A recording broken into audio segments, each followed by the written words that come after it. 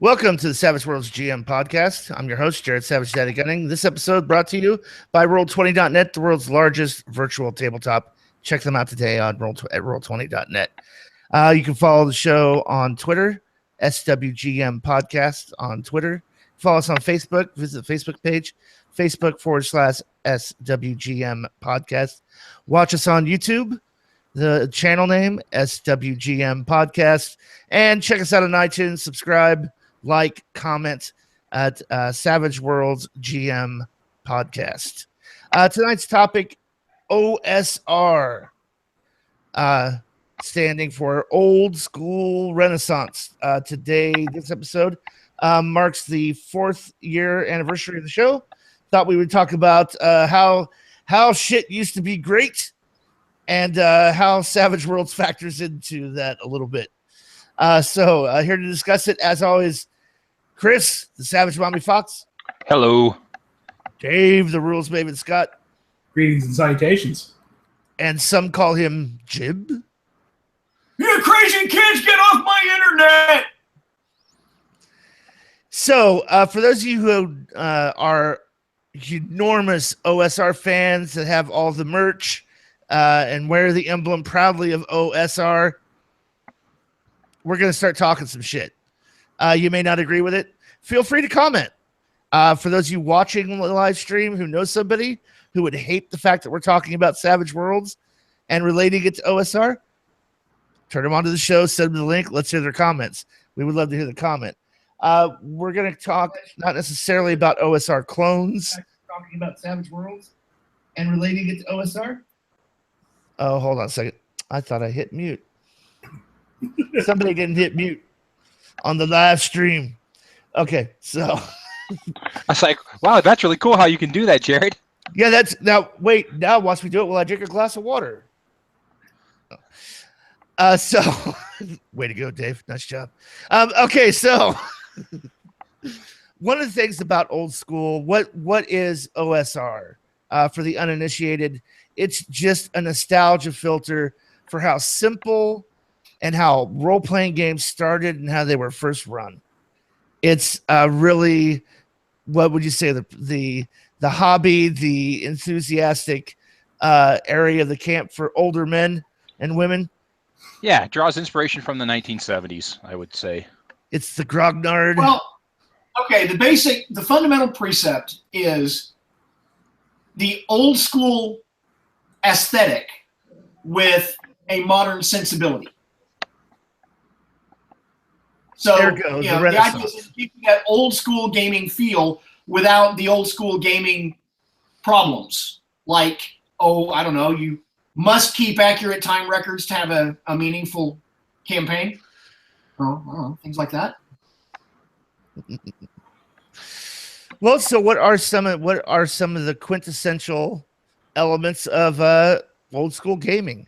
And we're not just talking about, for example, I want to make sure we're clear. We're not just talking about Dungeons and Dragons when we're talking about old school Renaissance. We're talking about anything that came out in the same general era. Traveler would be an example in my book of an old school era game. And so let's talk about that. One of the things that I really love about old school Renaissance or old school games versus the current gaming culture, even including Savage Worlds. And as simple as Savage Worlds character generation is, and as fast as it is, and as well as it works, there's no random element anywhere in there. Used to be, kiddies, that you would take a dice and go, okay, now I'm rolling for agility, and you would drop it. You don't get a reroll. You don't get to roll best out of 3. The rule was roll a dice, that's your strength. That's your agility. Roll a dice, that's your wisdom. Back in the day, the rules said 3d6, roll them in order. That's what you get. And you figure out how to make a character out of that. Yep. And as Dave brought up in our pre-show, somebody was playing a wizard. Somebody was going to be playing a class. And it didn't matter if everyone in the group rolled nothing but 15 strength, 15 con, 15 dex, and a freaking 9 and everything else. One of you was playing the wizard, one of you was playing the cleric. because the party would have lynched you because there was always the conversation of who's playing the cleric. We got to have a cleric. I actually watched a guy rolling his stats one night, and I was watching him, and he was rolling them legally, but he rolled like a 12 for strength and an 11 for intelligence and rolled an 18 for wisdom, and he grabbed the paper and crumpled it up and threw it away. Mm-hmm. Now, I know that even early on in the OSR, even early on in the old school game, there'd be the GM or DM that would allow you to go, okay, listen, go ahead and make the individual rolls and then assign them any way you would like. Yeah. As long as you're not re-rolling anything, but make the individual rolls, write them down on a piece of paper, and then assign them the way you would like. Right. You have some control over your character build. But that was not old school rules as written. Now, here's the other thing, too. Oh, great. I lost my camera for some reason. Here's the other thing, too, with old school gaming. One of the things I loved about Traveler, the concept itself was you're not starting as some 18-year-old punk who's just decided to become an adventurer because why the fuck not? No. You're starting in your mid to late 40s, maybe even 50s, when your career is over. Traveler is a show about the retirement age community and what they're doing running around space. And you went through random rolls to see how your career progressed. You could come out of character creation missing an eye, missing a leg, or even dead. You could die during character creation, which is genius. Now, by rule in Traveler, do you know when your adventuring career actually started? No, because it's been decades since I've played Traveler. When you entered your first career term. By rule, that's when your adventuring career started. You actually can't die in character creation in Traveler because character creation stops when that first term starts. Nobody thinks of it that way. Well, true. But that's what the rule says. Yeah, before you actually start play. You could die before you started play. Yes. Now, that is an absolutely true statement.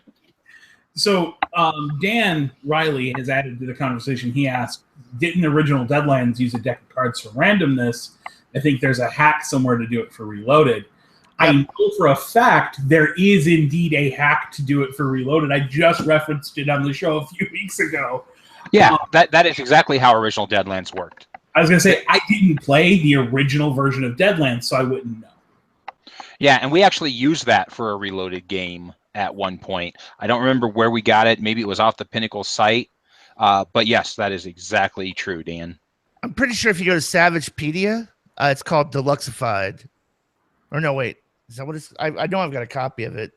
Well, on my local drive. The nice pigeon toe here is that even just rules as written Reloaded has that veteran of the Weird West edge that gives you that Traveler-esque randomness that here's a draw of the deck and let's see what bad thing has happened to you. And it can range from not so bad to, hallowed. You could be anywhere along the spectrum of having survived being a veteran of the Weird West. Yeah, we actually threw something like that into our book. We called it Salt of the Sea, which is basically the same thing, and came up with our own chart. And I don't think that that's a negative thing. I think that really gives people that ability to play something a little different. One of the things that OSR kind of touched on that a lot of the newer games doesn't is stuff like the Star Wars story, where you've got the young kid and the veteran and the princess who's kind of a mid-range character and the sidekick who's a mid-range character all together. You can't really have differential power levels in Savage Worlds. You kind of all start out at the same power level because of the point buy system, whereas old school, you absolutely can have the guy who rolled crap on his stats and starts with the worst character at the table. Right. So, and the other thing too is old school relied a lot on the player to come up with narrative reasons for what the dice said as well. So, like Dave said, like I rolled an 8 strength, and I rolled a 10 constitution. He's old as shit. That's the reason why I have. That's the reason I have those stats. Yeah, you got a 10 is average. 1 point below average, and a 10, which is average. That was not. He's old as fuck, unless he was supposed to have been the big bodybuilding orc or the okay on a 3d6. Okay, a 3 and a 4. Okay, now there, yeah, he can't write his own name. He can barely do anything but sit and drool with a 3 and a 4. A 3 to 4 is considered animal intelligence, I believe. Yeah, I think that's what it says. I have to go with D&D who had a camel that was smarter than his own character that he rode everywhere because the camel would stop him from just riding off the cliffs and stuff. That's awesome. So, I mean, that was one of the things, too, I think that it made you really flex your gaming muscle or your role-playing muscle, so to speak, and where it would just present you with, hey, this is what the dice said. I don't care. You tell and I me think there's a lot of fun to be had in doing that. Yeah, you tell me what it means. Here's what the dice say. And they are absolute. There's no, I don't like what the dice say. Here's what the dice say. Deal with it. What does that mean? Huh?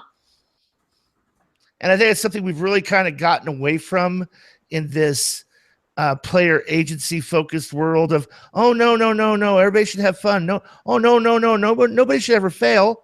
No, because failing doesn't feel good. No, failing feels horrible. I mean, come on, we came here to play a game. We came here to play a game, awesome. Right? See, and I failure makes things interesting. We've lost over the years is, we've talked about it on here quite a bit. Failure is when the most interesting thing has just happened because the players have to suddenly come up with X, Y, and Z plans to make up for the fact that A, B, and C just fell through the cracks. Right. Well, and that's the other thing too, is like the dice in old school role playing game, the dice had a voice and it was a booming voice. They're just boom there. That's it. That's what you got. Deal with it. And it's even to, I would almost say even to a conceit that Savage Worlds doesn't even really do that so much. It's not so much old school, not following that part of the OSR. Right. And it's leaving the interpretation very wide open as to what constitutes a failure, what the severity of a failure is.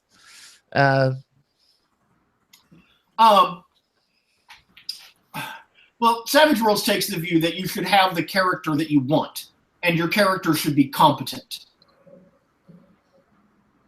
I once, as a sales pitch to people, I told them the difference with Savage Worlds is you start play with the character you want to play as. And as you go through progression, you're adding on extra bells and whistles. But you don't have to start and wait till we're a year into play to have earned your character doing that cool thing you want them to do. Right. Well, I think the other part that Savage Worlds gets clings a little bit closer to the OSR is we still have levels. There's still leveling. There's still leveling involved in it.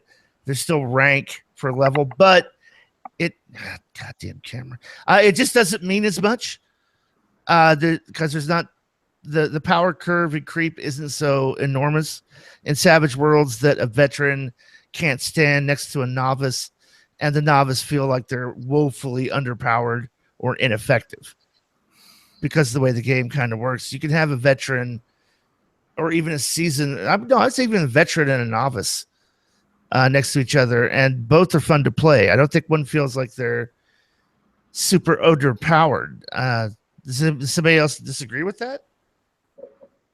No, I think we've talked about the idea of you could have a legendary character standing shoulder to shoulder with a novice, and the same attack has an equal chance to kill them both. I think that's an interesting aspect of it, but it's not akin to OSR at all. I mean, through OSR gaming, when you stop and think about it, unless you rolled poorly when you had to determine your hit points, you were, pretty beefy by about 7th level on. There was no longer a chance to really die to a single attack. Maybe, like a wizard might have had to get a little higher because of the smaller dice pool for hit points, but your OSR characters, I think, were in danger early in their career and then became these monstrous, powerful characters later in their career. Not to the extent that we see in modern, like D&D, where you've got prestige classes and all the extra stuff that gets piled on.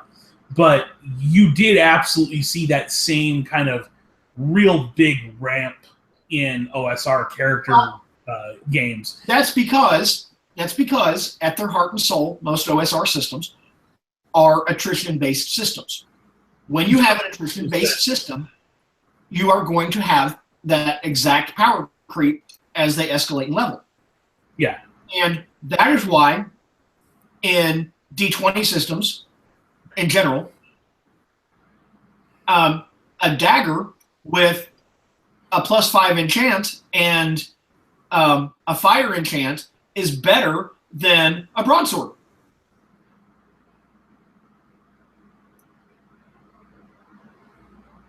Just is. Yeah, I mean, it just is. It becomes entirely about what magical goodies you have tacked on. Right, because like we said over and over and over, is that in any attrition-based system, it doesn't really matter until that final hit that takes you below 0. Nothing else really matters in the grand scheme of things. Now, I think the early levels in an OSR campaign will feel a lot like Savage Worlds does for the entirety of the campaign.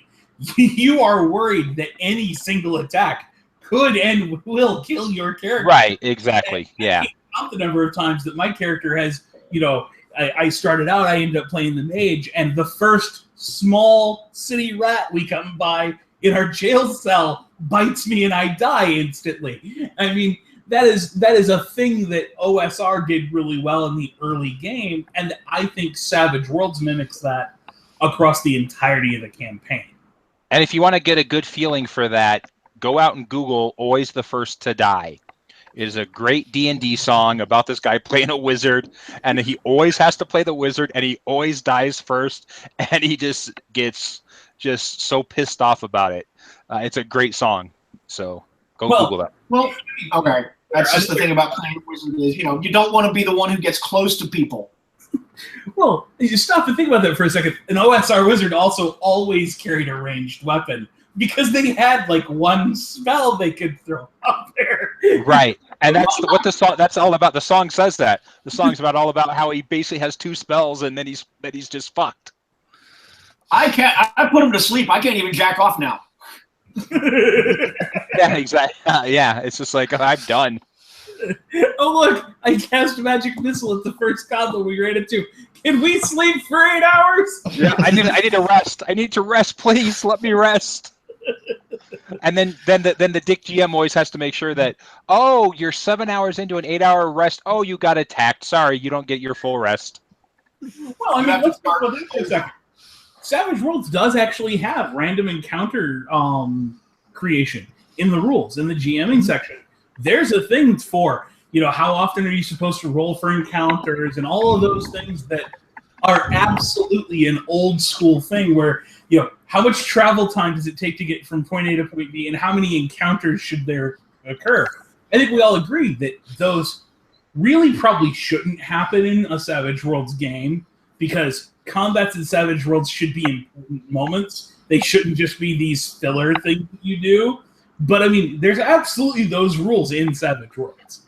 Oh yeah, a lot of those are card-based. Like if you go to any of the Deadlands plot points, they have all those. Basically, you're traveling in the flood. You're traveling through the maze, and you have an encounter table for if you're on sea, an encounter table if you're on land, and you're supposed to draw, and it's a face card. If you draw a face card, then you have an encounter.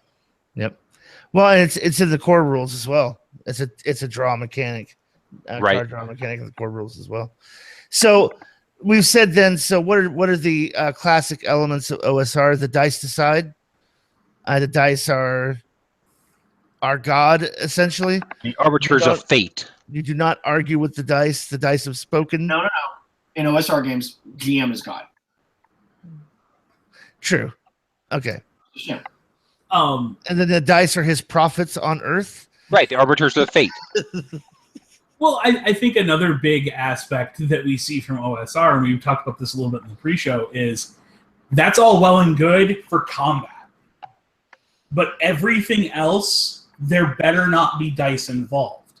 True OSR gaming has, real maps that you've drawn out that are mazes. It has real wordplay puzzles and actual, mechanical puzzles that you bring and set down in the middle of the table, and your players have to jigsaw together the actual pieces of it to remake the map that their characters found in the crumbled up in the corner. Or there were challenges for the players' skills outside of what their characters had, and they were expected to speak for their character. There was none of this, I make a persuasion roll and add my charisma stuff to it in OSR. You actually had to come up with what your character said, and no one really even looked at that because OSR gaming was still that transition from, we've got this war game that we're going to tell a story over the top of. Well, yeah, and you also back in the day, if you look at first edition, you had basically the referee and one person who talked to him, and everyone else talked to the person who was the caller, who would let the referee know what everybody was doing. That became the quote-unquote party leader who spoke for everybody. And we see that even today, where there's that player who wants to dictate what every other player's character is doing at the table. They've just listened to that person say what they're doing, and then they narrate it to the GM. I have one job in this game. I know it's stupid, but I'm going to do it. That's right. So, do you think that's where a lot of the pushback comes? And I know we've had this discussion before. Listen, social mechanics, same as combat mechanics. Declare your intent, maybe give a little bit of role play, and roll the dice and let them decide. I don't necessarily think that's where that came from. Go ahead. Here's my tangent on social mechanics, because I had this conversation over the weekend. The problem is not that social mechanics exist. Social mechanics exist for the exact same reason that combat mechanics exist. The problem with social mechanics is they're not granular enough. Okay? You can't conclude combat in one roll of dice. You can't. Not even in Savage Worlds are you likely to conclude a combat in one round. Mm-hmm. And yet, social mechanics are one die roll. That's the problem with social mechanics. It's not that they exist. It's that they're implemented incorrectly. Yeah, I think if you look at the level of engagement that players will have with the persuasion roll is very low versus the social conflict rules that actually are in there for, you set up a certain number of rounds and people earn tokens by how well they roll, and they get to role play each round of that to come up with what their character says, and they get a bonus or a penalty based on that. I think those rules get a lot more engagement from your players at the table because it gives them something to kind of sink their teeth into for that social mechanic, whereas the persuasion roll is a replacement for that instead. It doesn't actually really push the player to do any great role play because it's going to be one dice roll. It doesn't really matter how big a bonus I can get or how lovely of a speech I can give. If my character has a high charisma or a low charisma, it's almost decided before I put the dice up.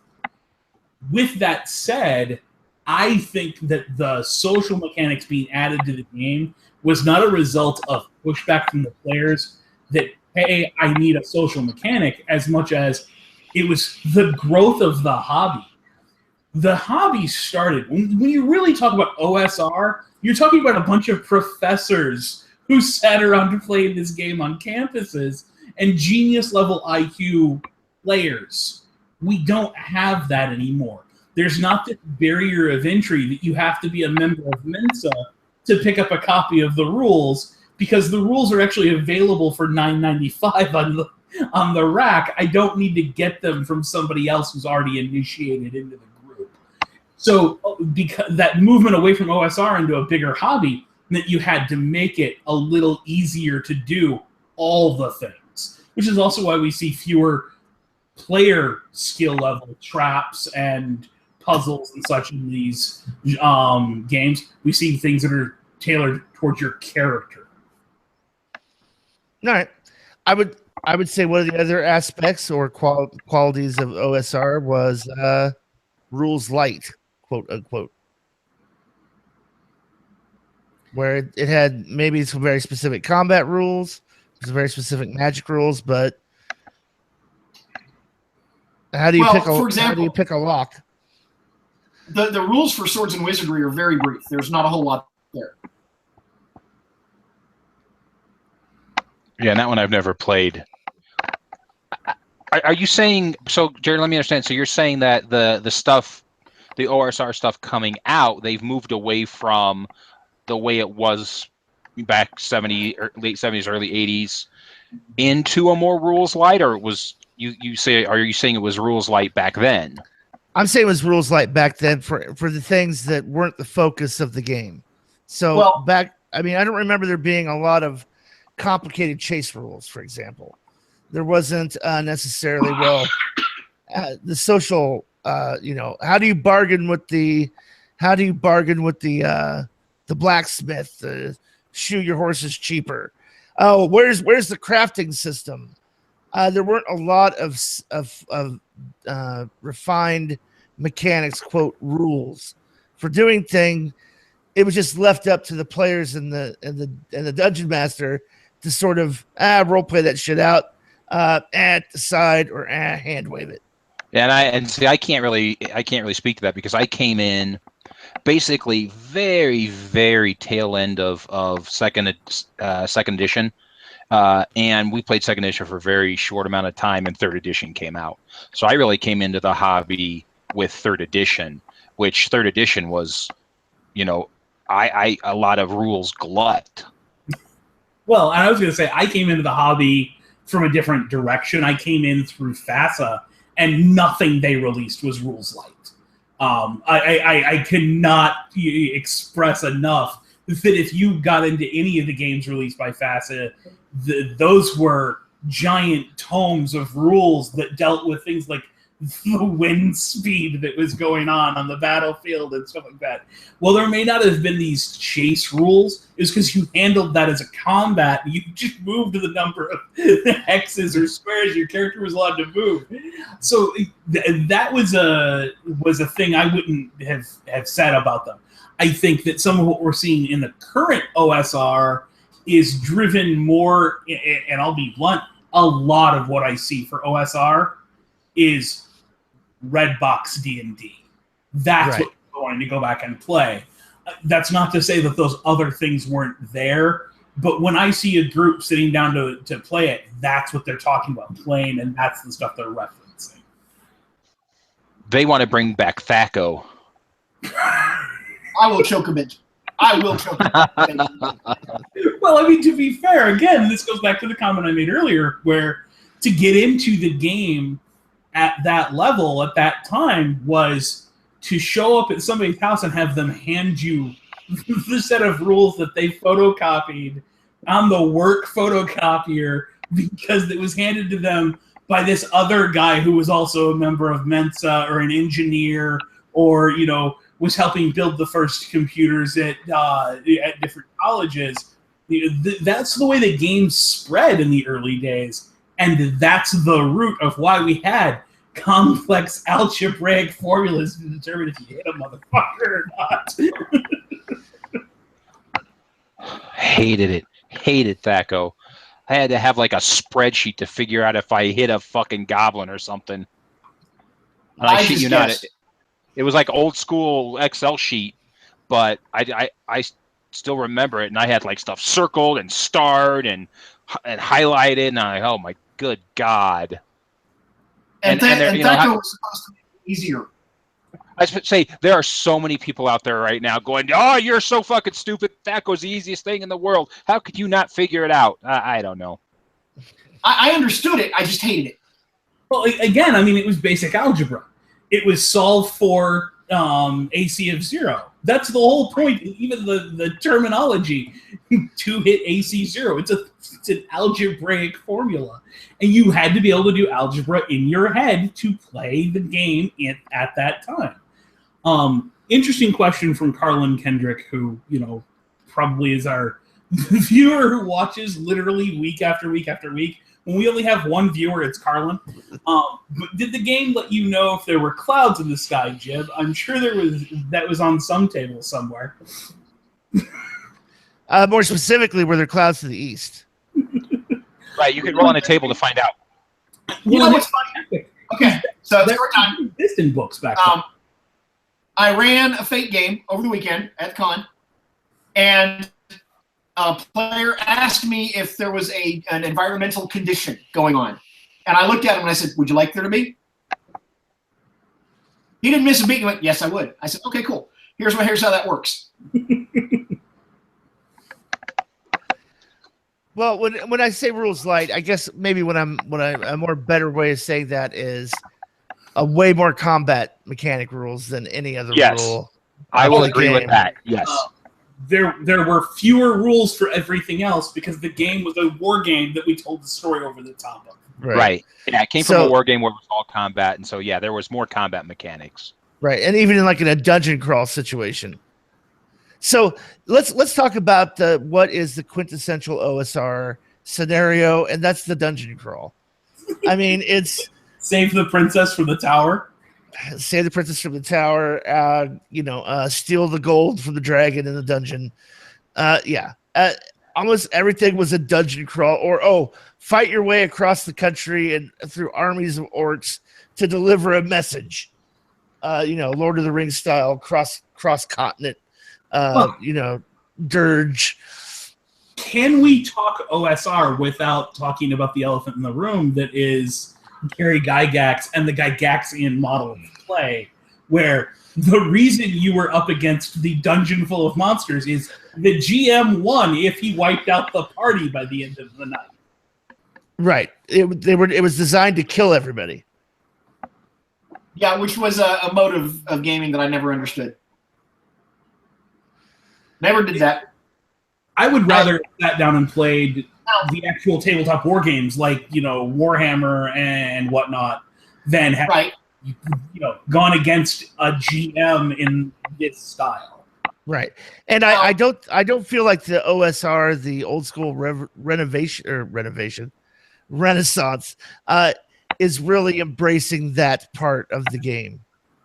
I was just gonna say that's the thing that and it's probably my biggest problem with OSR at the end of the day is that they want to talk about how the game was so much better back when, but then they want to throw out all the stuff they didn't like. Right. It's cherry picking nostalgia. Yeah. It's, here's the things I remember that were great about it. But that was icky. I didn't like that. So we're not gonna deal with that. We're gonna take this really cool part that I remember. So I mean, and I know that maybe some people look back on their dungeon crawling days with nostalgia through a nice filter. Oh, it was great fun. Figuring out we had somebody drawing maps at the table as shit was being described. Oh, we had another guy who was in charge of our inventory, writing everything down and how much it weighed and how much it was worth, where we found it. You entered a room. You did not go dungeon entering without a 10-foot pole to push on the ground for traps ahead of you. What made that fun? What made that great? It was new, and we didn't know better. We didn't know there could be anything better than that. Yeah, I think that's the big aspect of it, is that in its infancy, we didn't know what we were going to be doing for 20 years later. Right. So how do you capture the feel of a nostalgic dungeon crawl?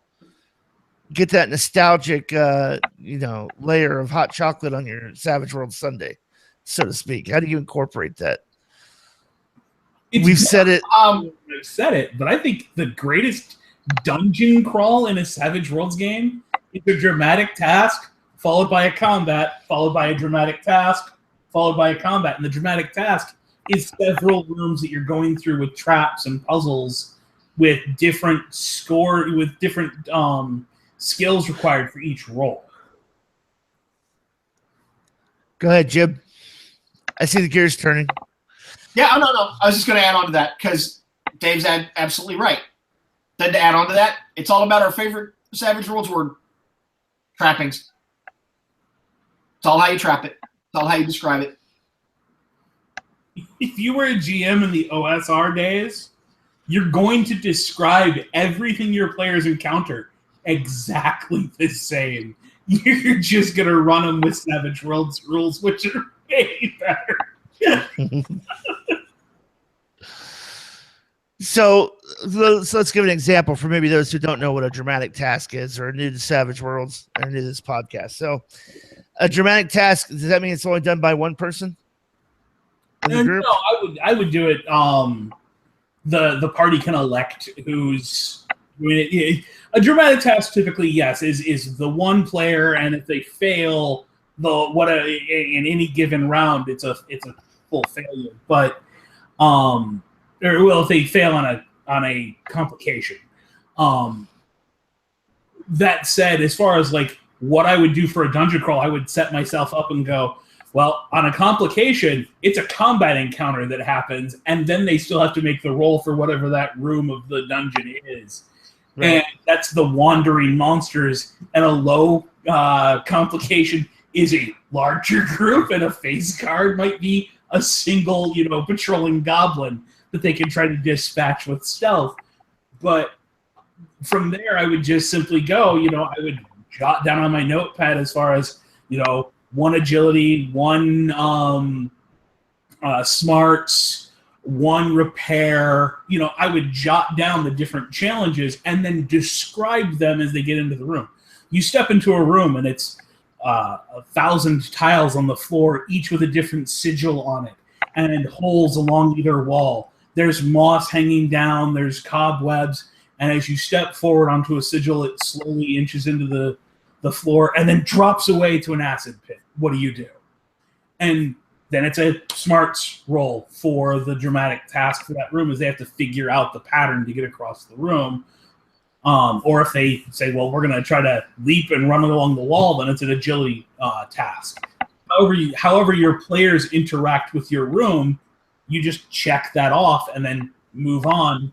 And each one of those are the chambers in this dungeon as they get deeper and deeper in. And then you run your big encounter moment.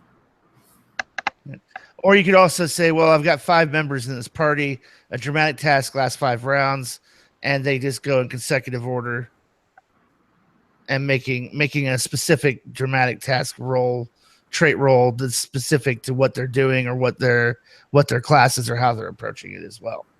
Right? So the thief can do making a stealth roll to cross this part of the dungeon as a part of that one of those rounds in the dramatic task. So you can have a situation, let's say, for example, right, you're trying to cross this area of catacombs of dungeon, and the first player steps up, makes a smarts roll. Oh, well, that's good. And they end up making a roll. They get, we got 3 successes on dramatic task. That one person, great. You know what? You guys, you step up and you immediately figure out, because the way that the wind is blowing in the tunnel, you can immediately figure out the fastest route through this set of catacombs. And then here comes the thief. I'm going to sneak ahead and scout ahead. Okay, give me a stealth roll. Ooh, complication. You drew a club. All right, give me this stealth roll, an additional -2. Oh, you failed it. Oh, crap. Now it's on. You walked around the corner directly into patrol. Yeah, you drop the torch. You step on a stone you weren't paying attention to, and the walls fall away, and boom, now you're in the middle of this combat encounter. Yeah, I don't say that I disagree that dramatic task is really kind of the best way to go adopt it, hack it a little bit to make that your dungeon crawl. No, I mean, to be fair, if you want to go true OSR, you want to pull out a old module from back in the day and run Zanzertem's Dungeon, you can lay that map on the table and run exactly that. And every room there was supposed to be a combat in, you run a combat in it. I mean, there's nothing that can't. A very tried and true OSR adventure, exactly the way it was written. Just use the Savage Worlds rules to resolve each of those challenges. Yep. Yeah. Anything else about OSR style gaming and how to bring it to Savage Worlds? I think you can get a lot closer to OSR style stuff by not becoming so reliant as a game master on requiring rules. Just sussing out what is the character doing? Are they capable to do it? Yeah, sure. Yeah, you do that shit. No, I'm going to climb the wall. Oh, wait a minute. Let me see. What are the rules for climbing? Do you have a rope? No, fuck it. I mean, if it's not dramatic, oh, sure. Yeah, you climb that shit. Or I'm going to dive. I'm going to jump in and swim. Okay. Wait, you're wearing plate armor. Yeah. Yeah, I'm going to need a swimming roll to -2 because damn. I definitely calling for so many rolls, I think, is a good way to step a little closer to OSR style for Savage Worlds. Well, I definitely think that another aspect of it is to stop judging the way the game is played. And this is, and I don't mean to throw a viewer under the bus, but somebody earlier on had said, OSR means no miniatures, all dungeon crawls, steal from PCs, kill NPCs. Well, that's great, and it's fun that that's what you remember about the old way of playing the game. That doesn't necessarily capture the way those old adventures were written or the rules that were used to do that. The lack of miniatures is probably because you were still a kid in high school and couldn't afford to buy the minis. It doesn't mean that people weren't playing those same adventures with minis. The all dungeon crawls. There were a lot of people who didn't do dungeon crawls that did the battle of the 5 armies and stuff like that instead. So stop judging what you think you should do. Run the game that sounds fun to you, but always try to capture that feel of let the rules kind of only matter when they have to and tell a better story. I agree. I think a big part of the OSR is a lot of just creativity on the part of the players and the GM. As Jib is fond of saying, what is the tagline? Lurid and full description. Lurid and evocative descriptions. Do a lot of that. Role play. I think one of the big things about the OSR, when it was done right, old school, is the thespian player really ruled the old days of role playing. Right. We don't judge a person's life choices here. Thespian. Yeah, there's nothing wrong with being a thespian. That's sexist. What's wrong with being sexy? No, not sexy. Sexist. No, like the guy that would show up in an actual wizard, playing a wizard, show up in a wizard hat and robes, and we mocked him even then. Speak with in 4,000 thoseth and there's a certain childlike glee in sitting at the table and going, magic missile, instead of just going, I roll my magic missile. Okay, I got a 4, I got 6. Well, I'm of the opinion that as the rule sets have grown larger and larger and more complex, we actually haven't improved the games. No, I think we've made We've actually detracted from the games. But what they've done is they make everything level. Okay? Because that guy who's a thespian and who can talk his way out of a paper bag is going to out argue the guy, the geeky guy who can't. Okay, and so they have dice on the table to make that a level playing field. Right. Right. I think it's something else to keep in mind is to remember that the roots of the game were very approachable as far as equity. You know, there's always this big talk these days about, you know, getting more women to play the game or getting people of other races to play the game. If you look back the OSR days, there weren't rules for, you know, a male character and a female character. There was just rules for a character. All of that other stuff was the set dressing. Now, There were. well, depending on the system, but most of the early games that I remember have to And roles, you know, defining roles, and, you know, made assumptions about, you know, physical attributes and whatnot. Gender, men being more stronger, women, female characters being less stronger. I remember coming in like the advanced tomes that came out later, but in the original book, I don't remember there being any restriction. Now, that said, I do remember there were some races that only appeared as a single gender. You know, like the wood nymph was absolutely female up until about 20 years ago when they finally introduced a male wood nymph. I mean, there were certain aspects of that, but I think that as far as, you know, equity, you didn't, when you wrote down human, you didn't have to write down a subculture. You didn't have to write down male or female on the character sheet. It didn't make a bit of difference. And that's something that Savage Worlds with its trappings does really well. Agreed. All right, so enjoy some Fast Furious fun this weekend. I think that we've pretty much. Is there any other thing in the chat? Any other final questions anybody wants to throw in at the last minute? I'm giving it a moment to catch up when you ask that question.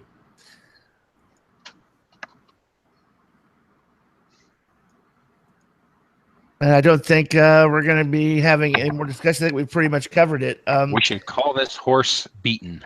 One of the things that you can do is if anybody out there runs a live play, does an actual play, you want to record you doing the dramatic task version of a dungeon crawl, or you want some help or input from Dave or I or anybody on the show, feel free. You can ask for help, savagedaddy@gmail.com, or if you've done it and had a great time doing it successfully, and there's a link to video, you know, pics or it didn't happen, send it over to savagedaddy@gmail.com. So in the meantime, this is Jared, Savage Daddy Gunning, for Chris, Dave, Good night. and Jib, saying keep rolling, stay savage.